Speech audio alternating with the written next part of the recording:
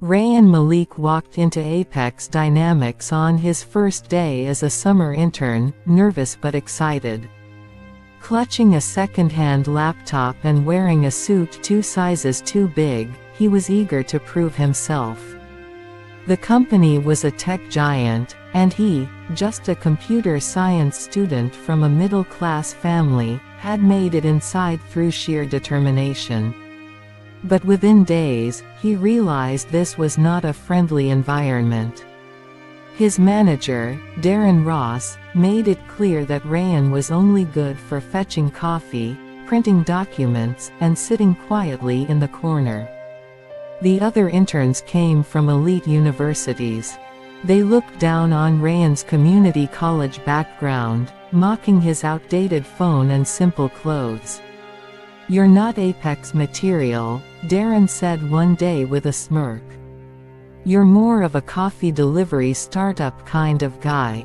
Rayan swallowed his pride. He did every task silently, worked late, and even coded small fixes during weekends. But his ideas were ignored. Once, he suggested an AI feature during a meeting. Darren shut him down, only to later pitch the same idea as his own. The room applauded. Then came the final blow. A week before the internship was to end, Rayan was abruptly fired. No explanation. Just a cold email. He packed his things quietly while the others watched. One intern laughed, "Guess Apex's coffee will be late tomorrow." Rayan walked out of the building humiliated, but not defeated. The rise begins. Back home, Rayan didn't complain.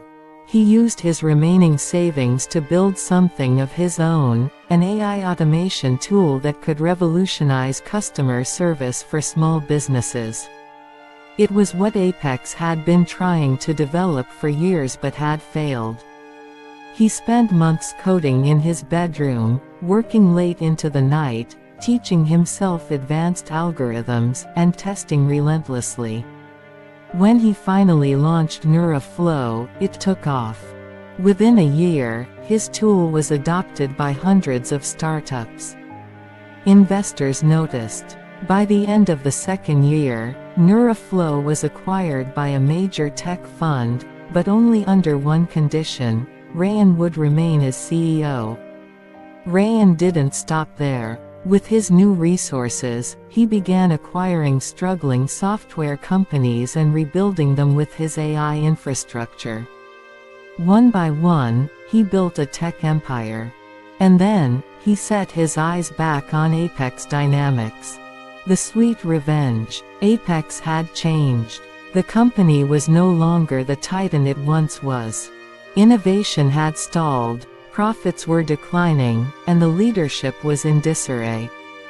Rumors of acquisition were floating. Rayan waited for the perfect moment, and then made his move.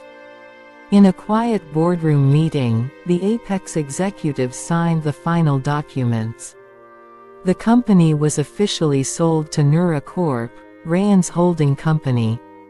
When Rayan walked into the Apex office after 5 years, the receptionist didn't recognize him. The same lobby where he once stood as a dismissed intern now had his name etched on the brass plaque outside the door. His first order of business. He called a company-wide meeting. Darren Ross, now demoted but still working at Apex, walked into the conference room with no idea who the new owner was. He froze when he saw Rayan at the head of the table. "Mr. Ross," Rayan said, calm and confident, "I believe we've met before." Darren stuttered. "Rayan, you once said I wasn't Apex material," Rayan interrupted. "Today, Apex is mine." Gasps filled the room. "I don't believe in revenge," Rayan continued, "but I do believe in consequences.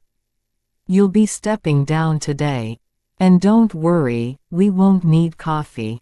He turned to the employees.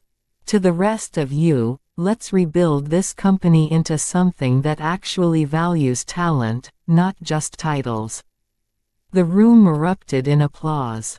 Some remembered Rayan. Some just admired him now.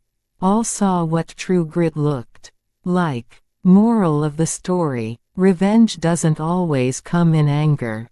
Sometimes, it comes in the form of success so undeniable, those who doubted you can do nothing but watch.